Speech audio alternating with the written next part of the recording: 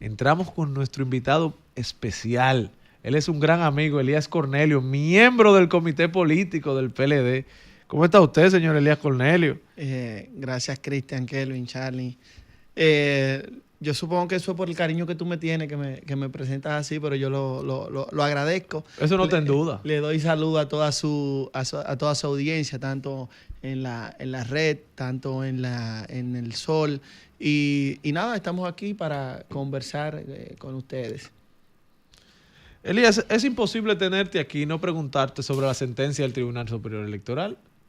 Sí, mira, con el tema de las sentencias, a veces la gente juega mucho con... No, de las sentencias, no, de la sentencia del Tribunal Superior Electoral. No. Sí, no me confunda. Por eso que, pero créeme que es bien claro.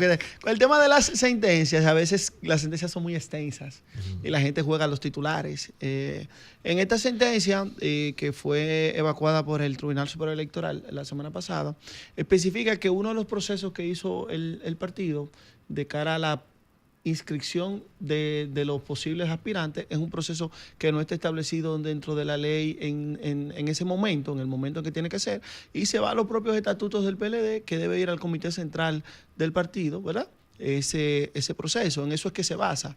El proceso no te dice, no se extiende más allá de la realización de la consulta ni nada por el estilo, simplemente se basa en que ese proceso dentro del procedimiento del Partido de la Liberación Dominicana no corresponde a lo que especifican sus estatutos. ¿No resulta esto una injerencia a lo que había establecido el comité político de elegir, que creo que no es un tema de Junta Central Electoral, elegir sus precandidatos en este tiempo que había predeterminado el partido? Y otra cosa, no pone esto a los precandidatos a trabajar mucho más, a desgastarse económica y humanamente a fines de salir a la contienda verdaderamente real. No, porque como te decía, la sentencia no especifica tiempos en que tienen que realizarse los procesos, sino que en un proceso en específico no corresponde con los estatutos del Partido de la Liberación Dominicana. Es decir, que los precandidatos seguirán su ritmo. El comité político no se ha reunido posterior a la evacuación de esa sentencia, pero sí ha habido posiciones, lo ha especificado el compañero miembro del comité político y secretario de Asuntos Electorales, Danilo Díaz, especificando qué tan amplia, ¿verdad?, es lo propio de la sentencia evacuada por el Tribunal Superior Electoral. Pero ¿hay una posición oficial del partido o el secretario general se ha pronunciado? No, no hay una posición de cara a eso porque no ha habido una reunión del comité político para evaluar todo. Sí, Danilo Díaz, en su condición de secretario de Asuntos Electorales, una persona muy ducha en los temas, que ha sido el representante del partido en varias ocasiones ante la Junta y en varias ocasiones secretario de Asuntos Electorales, ha especificado junto con el equipo jurídico también hasta dónde se extiende esta sentencia. Pero el Partido de la Liberación Dominicana seguirá su ritmo, obviamente, porque si, vuelvo y les digo, no establece nada con el tema de los tiempos, no establece el momento en el que tiene que ser, sino que una parte del proceso que se había iniciado no corresponde a lo que estatutariamente tiene el PLD establecido. Elías Cornelio, reiterar las gracias por estar aquí con nosotros. El presidente Danilo Medina recientemente ha hecho unas declaraciones donde que los partidos divididos no llegan al poder. Eso sumado al hecho de acudir a tribunales a resolver situaciones internas de partidos en un partido como el Partido de la Liberación Dominicana, que no es un partido recurrente en lo que tiene que ver con acudir ante órganos externos, resolver conflictos internos. ¿Cómo tú ves esta situación en esta coyuntura? ¿Es favorable? ¿Existe la posibilidad de que estos conflictos puedan ser resueltos de manera unificada? ¿A la falta de unificación pone en peligro los trabajos del partido?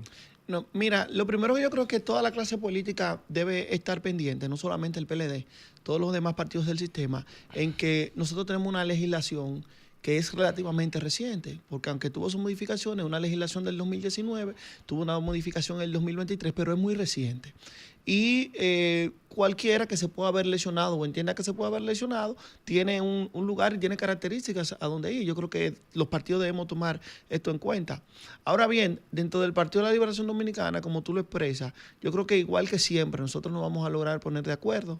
Sí creo creo en el consenso y creo que los compañeros que están vinculados a estos procesos son fervientes militantes, independientemente de su categoría de candidatos o precandidatos o aspirantes presidenciales, son fervientes militantes del Partido de la Liberación Dominicana y lograremos ponernos de acuerdo. Yo creo que ahora mismo la situación en la que está el país lo amerita. Yo creo que las condiciones en las que está el pueblo dominicano amerita que no solamente el Partido de la Liberación Dominicana, todos los partidos que pueden apoyar a hacer una oposición constructiva en la República Dominicana, debemos estar en esas mismas índoles para que el peso de la oposición, con la importancia que tiene la oposición para que los gobiernos puedan estabilizarse, debe dejarse sentir.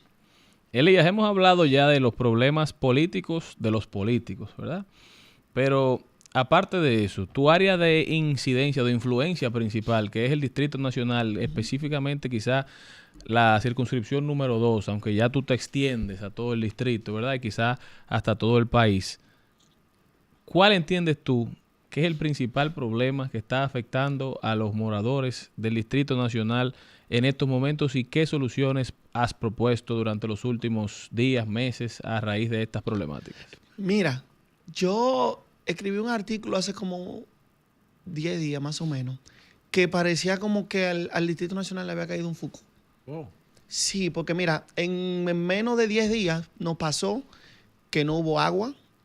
En declaraciones, no porque lo diga yo, ni por los problemas que hubo en varios barrios de la capital, sino porque fue una declaración de prensa de la Corporación de Acueductos y Alcantarillados de Santo Domingo. Tuvimos el problema de que junto con esto a Edesur se le ocurrió algunas reparaciones y averías simultáneamente en prácticamente todo el Distrito Nacional. Estábamos sin agua y sin luz. Y en esa misma fecha nosotros nos enteramos como capitaleños que estábamos en una emergencia nacional, que es el término. Y emergencia nacional lo digo bien porque es el término que la ley especifica para que el presidente pueda emitir un decreto de emergencia nacional. Y nos dijo de repente al ayuntamiento que estábamos en un peligro de la basura. Lo que no sabían los regidores, lo que no se había visto en el Consejo de Regidores, lo que no sabíamos los capitaleños, de repente se vuelve un decreto del presidente para poder, por un proceso de sección, asignar 2.500 millones de pesos para la recogida de desechos sólidos en la capital. Es decir, de repente estamos sin agua, sin luz y en una emergencia de características de basura, que no lo sabíamos nadie, no lo sabía nadie, no lo había comentado nadie. Lo peor es cuando yo llamo a los compañeros regidores, me dicen que eso todavía no ha llegado aquí. Lo que por ley dice que es una competencia del Consejo de Regidores, cualquier tipo de declaración de emergencia y que vaya escalando en ese sentido, pero se violentó todo con ese decreto y se violentará todo con el proceso de sección a quien se le estará asignando esos 2.500 millones de pesos. Pero, Elías, corrígeme, algún regidor no vimos pronunciarse sobre eso públicamente. Si ellos eran quienes tenían la potestad de recibir la información, de escalarla y aprobar el estado de emergencia, no vimos ningún regidor del PLD ni las fuerzas opositoras pronunciarse sobre eso. Sí, ¿Qué pasó ahí? En la sesión, los compañeros regidores lo hicieron, en la sesión, eso no caló. Pero yo creo que mediáticamente, pero independientemente de que los regidores lo hagan o no, creo que un papel de conocimiento de las autoridades, primero de la misma alcaldesa. Nosotros le pagamos a ellos para que lo hagan. Claro, pero primero la alcaldesa y segundo el presidente de la República. O sea, el presidente no puede emitir un proceso de emergencia nacional para liberar de procesos de compra, de procesos de compra. Y dice la misma ley de compras y contrataciones que nunca el retardo de un funcionario en sus funciones es una posibilidad de declarar un proceso de emergencia o de urgencia. Eso está clarísimo, a pesar de que eso no había sido comunicado, a pesar de que no salió de la sala capitular. O sea, por donde quiera que nosotros veamos esa contratación, es una contratación que deja mucho que desear. Entonces, volviendo a la pregunta inicial, todo eso sucedió en el Distrito Nacional, pero cuando me pongo a investigar, sobre todo con el tema del agua, me da una suspicacia, porque nosotros nos alimentamos de manera al tema del agua, sobre todo con 2 presas, y ambas están alimentadas por provincias del sur. Pero en los tiempos en que el distrito no tuvo agua, hubo grandes lluvias en el sur que alimentaron esas presas y teníamos niveles de agua suficientes. ¿Qué pasó? Mi percepción, que no tengo la seguridad, es que esa agua se sobreturbinó porque tiene turbinas hidroeléctricas para producir energía, pero no se pensó en que luego eso iba a poder producir una sequía en algún momento porque hubo agua. Ejemplo, Coa tuvo más lluvias que fue la quinta provincia que más llovió en esos 2 meses del país. Y Ocoa alimenta Valdesia, también San Cristóbal, también Peravia, que son tanto Valdesia como Higüey, que alimentan el Distrito Nacional. Entonces, si hubo tanta lluvia, si hubo tanta agua, si los niveles subieron, entonces, ¿por qué no tenemos agua potable en el Distrito Nacional? Creo que fue un problema de planificación que tuvo la Corporación de Acueductos de Alcantarillado de Santo Domingo y que sobreturbinó el proceso, y por eso no teníamos agua, intentando producir electricidad, pero con poca Todavía hay planificación. quienes no tienen agua. Todavía hay donde no Entonces, tienen una agua. salida para lograr que todos aquellos que no tienen acceso, por ejemplo, yo siempre pongo la situación que se da en 2 calles que son paralelas y que solamente las divide básicamente el Parque Mirador Sur. En la Nacaona está el metro de construcción más caro del país. Sin embargo, ya en la José Contreras hay lugares donde no llega el agua. Entonces, se supone que una división de simples metros no debería tener diferencia en que a quién le llegue el agua y a quién no, cuando aquí lamentablemente todavía no tenemos esa cultura de pago del agua. Entonces tú, como municipalista, como hombre técnico, ingeniero, con experiencia, ¿cuál entiendes que puede ser una solución al problema del acceso al agua potable en este país? Mira, yo creo que en la capital, sobre todo. Yo creo que lo primero es que los que ejercemos algún tipo de condición política de todos los partidos, debemos estar claros de que hay medidas que hay que tomar que no siempre serán populares, de que hay medidas que hay que tomar que no siempre serán baratas, de que hay medidas que hay que tomar que no siempre van a ser las que a la gente le va a gustar, pero que hay medidas que hay que hacer. Y no solamente con el agua es un tema de la no inversión que ha habido en ese tema de toda la distribución y de la creación de la creación de redes, que son procesos relativamente rápidos en ese caso, pero hemos visto durante años y años y años el tema del alcantarillado. Hay cosas que se están resolviendo porque están haciendo pozos sin tope, como decimos nosotros, que el agua se está filtrando al subsuelo. Pero nosotros no tenemos, en menos del 20% de la capital, un servicio de alcantarillado real, que pueda tomar esa agua, llevarla a una planta de tratamiento, después reutilizar y botar la que no se pueda utilizar. No lo tenemos. Estamos nuevamente, lo que estamos haciendo buscando una salida, ahora lo han hecho los diferentes alcaldes, es haciendo pozos y contaminando también a través de esos pozos las aguas subterráneas que tenemos en el Distrito Nacional. Por eso cuando tú haces un estudio de agua subterránea en cualquier barrio importante o en cualquier zona de la capital, como Piantini o Naco, te dice que el 90% de las aguas tiene Escherichia coli, que es una bacteria propia de las heces fecales. Y así es que están nuestras aguas subterráneas. Y las seguimos contaminando más aún cuando hacemos este tipo de pozos, porque no hemos tenido la capacidad política, todos, y eso debe incluirnos a todos, de crear un sistema de alcantarillado lo suficientemente eficiente para una metrópolis como es la capital de la República Dominicana, una capital que recibe 600,000 turistas al año, una capital con una zona colonial, una capital centro de negocios del Caribe. Y nosotros no hemos tenido la capacidad de ponernos de acuerdo para hacer un plan maestro que está estructurado, que está visible, que está ahí, para nosotros lograr resolver un problema como el alcantarillado de la Es que dicen que lo que se hace bajo tierra no genera votos. Por eso es que tenemos que la clase política hacer cosas que nada más no sean de voto.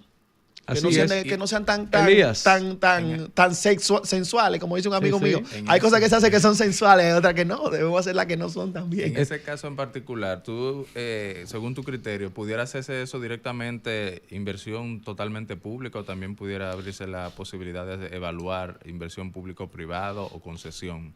Ahí hay 2 formas de hacerlo. Hay una forma que lo puede hacer el gobierno central, si se compromete. Estamos hablando de 3 a 4 mil millones de dólares. Yo creo que eso no es dinero para ese proceso. Pero bien, si no se decide hacer por el gobierno central, nosotros podríamos como sociedad ponernos de acuerdo en todo un sistema de utilización de terrazas, como existe en París, como existe en varias ciudades, sobre todo europeas, donde ese sistema de terraza está todo lo que es el alcantarillado, pero pagan todas las telefónicas, porque el cableado es subterráneo, pero pagan todas las compañías eléctricas, las compañías de gas, porque ahí ellos pueden entrar a dar mantenimiento, porque ahí no tienen problemas de robo, porque ahí no tienen todo ese tipo de cosas. Y ese sería un sistema que se podría también utilizar con el tipo APP, ¿verdad? Para que pueda funcionar. Pero lo primero que debe existir, si te di 2 metodologías, podría ser una tercera, que sea una mezcla de una y otra y que sea una especie de concesión, como tú lo decías.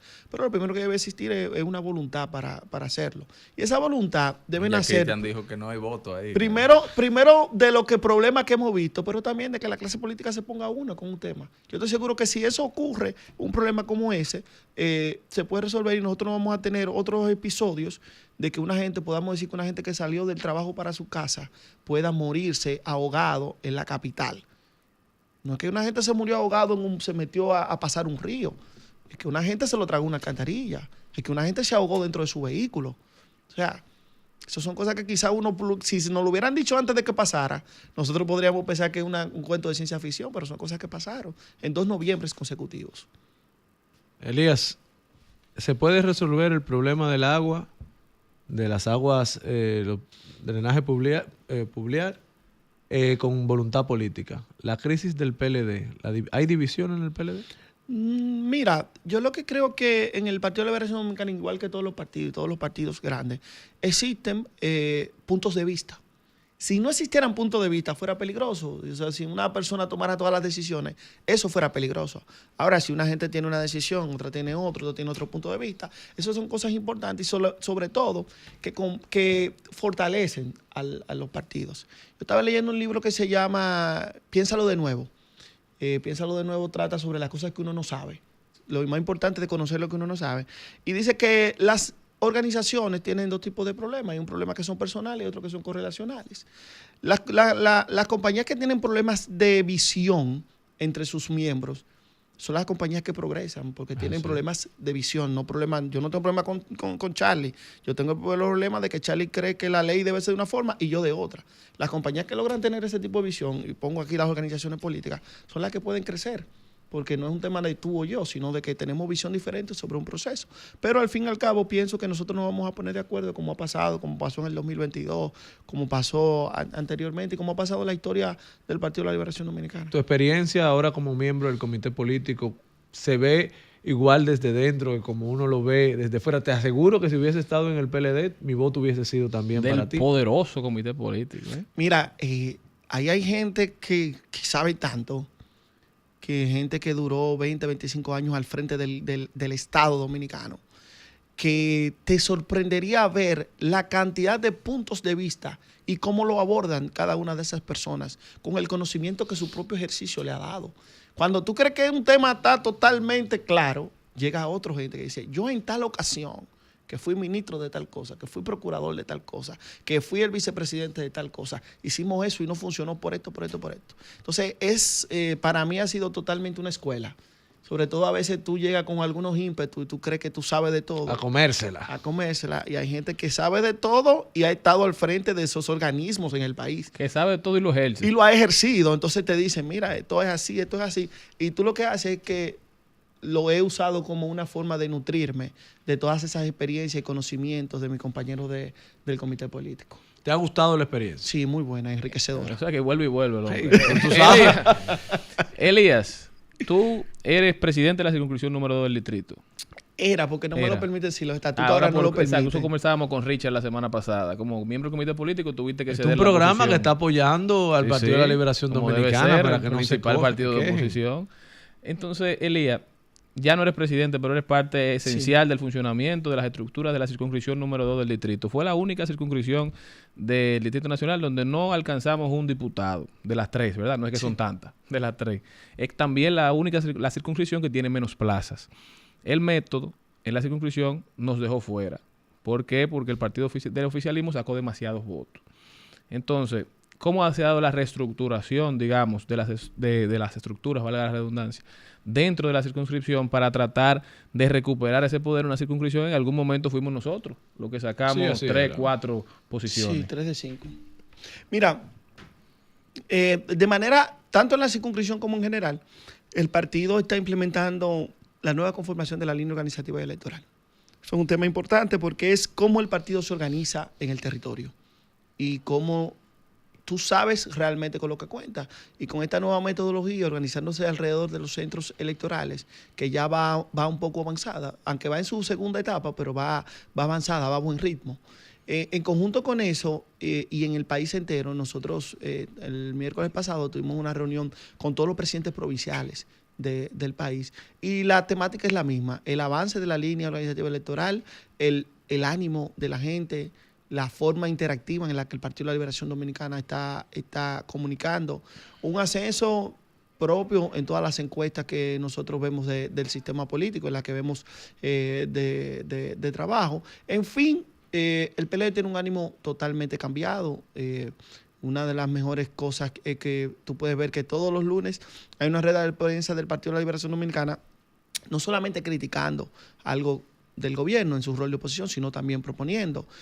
Hoy fue la rueda de prensa del tema de la ley de residuos sólidos, de la modificación a la ley. La semana pasada tuvimos el tema de la defensa de algunos de los dominicanos en el exterior. Hemos tenido rueda de prensa con el tema de la fiebre porcina africana, la responsabilidad fiscal del gobierno, donde le propusimos que emitiera el reglamento para una ley que el gobierno aprobó, que no tiene reglamento, y por lo tanto no hay control fiscal del propio gobierno. Emitió esa ley y lo dejó en el aire. Y muchísimas otras cosas, pero siempre proponiendo, intentando que las cosas se hagan lo mejor posible, porque creo que esto nos incluye a todos. Lo primero que nosotros somos, antes que ser político, es dominicano. Y cuando la República marcha mal, yo creo que eso nos afecta a todos y cada uno de nosotros. Antes de irnos, Elías, porque el caso tuyo como el de Richard son de esos casos que a uno como militante joven de un partido le dan esperanza. Así es. Porque si bien es cierto que tú eres hijo de una dirigente histórica del PLD, una mujer de mucho trabajo, doña Cleo Sánchez, tú has labrado tu camino desde las estructuras, desde el eslabón más bajo hasta llegar ahora a ocupar una posición en el comité político del voto PLD. a voto, sin que nadie le regale nada. Elías en el PLD, para que la gente lo entienda? Fue Cleo que te llevó y te dijo: mira, Elías, tú eres ahora miembro del CCI. Mira, si tú supieras, Cleo y yo lo primero es que no siempre coincidimos políticamente, generalmente no coincidimos. Eso pasa. Eso pasa. Yo ya a los 5 años le pedía a mami que me llevara a las reuniones del partido.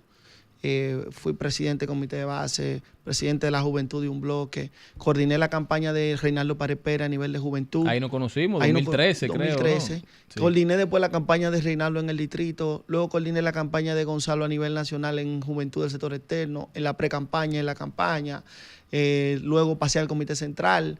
Y de ahí hemos estado en todas las comisiones importantes del partido, porque gracias a Dios el Comité Central del partido así lo ha decidido, como la Comisión Nacional Electoral y la Comisión Nacional Organizadora, y ahora en el Comité Político.